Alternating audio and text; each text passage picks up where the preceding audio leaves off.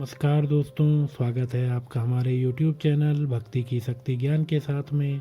दोस्तों, आज हम आपको इस वीडियो के माध्यम से बताएंगे कि किन कामों को करने से भगवान शिव क्रोधित होते हैं और देते हैं कठोर दंड। दोस्तों, अगर आप चाहते हैं कि भगवान शिव आपसे प्रसन्न रहें और आप किसी भी हाल में उनके गुस्से का शिकार न बने, तो जाने अनजाने में ये काम न करें, क्योंकि इन कामों को भगवान शिव कभी माफ़ नहीं करते हैं। दोस्तों, भगवान शिव को भोलेनाथ कहा जाता है क्योंकि भगवान शिव सादगी पसंद ईश्वर हैं। उन्हें कच्चा फल पसंद है, एक लोटा पानी से भी वे खुश हो जाते हैं। खास तौर से अगर आप अपनी ज़िंदगी से निराश या हताश हैं तो आपको भगवान शिव की पूजा ज़रूर करनी चाहिए। पर भोलेनाथ जितनी जल्दी खुश होते हैं उतनी ही जल्दी नाराज़ भी होते हैं, खास तौर से ऐसे लोगों से जो बेईमानी और धोखेबाजी करते हैं। दोस्तों, भगवान शिव हर व्यक्ति के मन की बात सुनते हैं। शायद यही वजह है कि आज 21वीं सदी में भगवान शिव की पूजा सबसे ज़्यादा लोग करते हैं। खास तौर से युवाओं के बीच शिव जी काफ़ी प्रचलित हैं।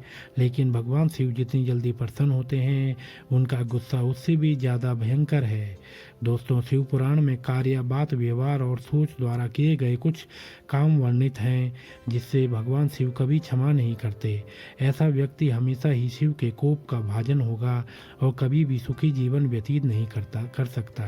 तो दोस्तों, जानते हैं उन कामों को जो नहीं करने चाहिए हैं। दोस्तों, आपने सुना होगा कि ऊपर वाले से कुछ छुपा नहीं होता। यहाँ तक कि आप अपने दिमाग में जो सोच रहे होते हैं वे भी भगवान से छुपा नहीं है।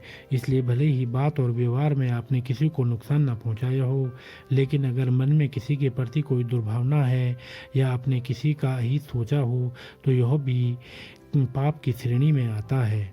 दोस्तों, सबसे पहला काम है जो नहीं करना चाहिए है किसी की शादी तोड़ने की कोशिश। दोस्तों, भगवान शिव को ऐसे लोग बिल्कुल पसंद नहीं हैं जो अपने रिश्ते में ईमानदारी नहीं रखते।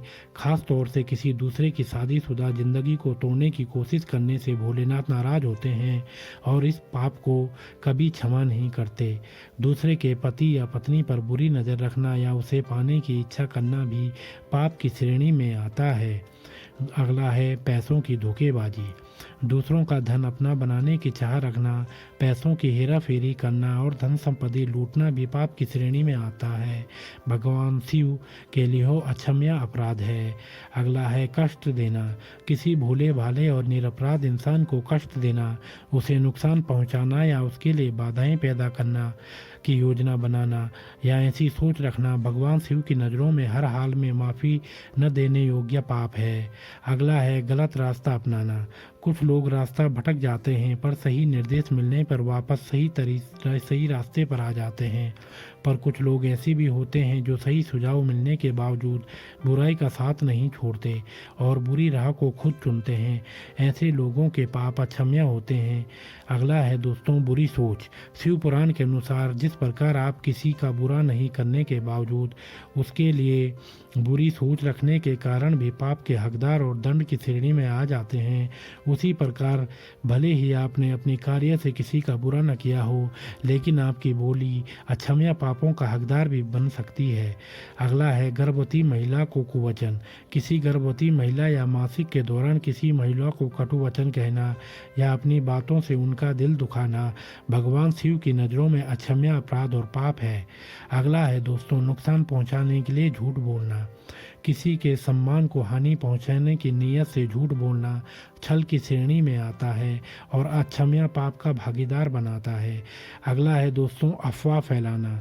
समाज में किसी के मान सम्मान को हानि पहुंचाने की नीयत से या उसकी पीठ पीछे बातें करना या अफवाह फैलाना भी एक अक्षम्य पाप है।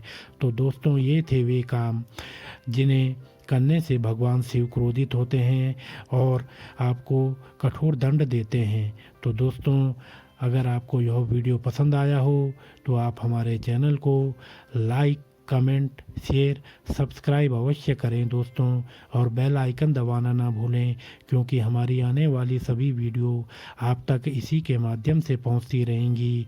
तो आप सभी मित्रों का बहुत बहुत धन्यवाद दोस्तों।